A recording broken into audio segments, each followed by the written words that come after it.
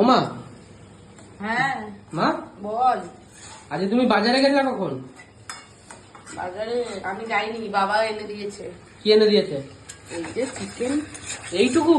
অল্প করে আনিয়েছি, বেশি আনাইনি, একটু চিকেন কষা খেতে ইচ্ছা করছিল তাই। এইটুকু কেন আনলা? আর আজকে এর সাথে অন্য দারুণ জিনিস আছে, ওই জন্য আজকে অল্প করে নিয়েছি। এইটুকু কেন নিয়ে এসছো?